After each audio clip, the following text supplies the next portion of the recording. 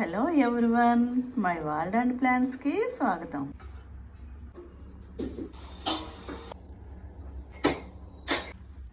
ఇన్స్టెంట్గా ఇంకా టమాటా ప్యూరీ, పెరుగు, నిమ్మకాయ, కొత్తిమీర, పుదీనా, 2 పొటాటోస్ కూడా, పుదీనా, లెమన్ జ్యూస్ కూడా వేసేద్దాం.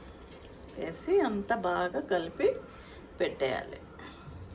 ముక్కలకంతా పట్టేలాగా కలిపి హాఫ్ అన్ అవర్ మనం ఇది మ్యారినేట్ చేసి పెట్టుకుంటే ఉల్లిపాయలు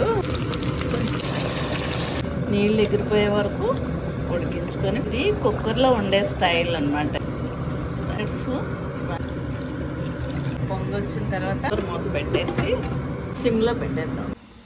10 minutes సిమ్ తర్వాత మీరు ట్రై చేయండి. నేను చేసింది నచ్చినట్లయితే మీరు నాకు లైక్ చేయండి,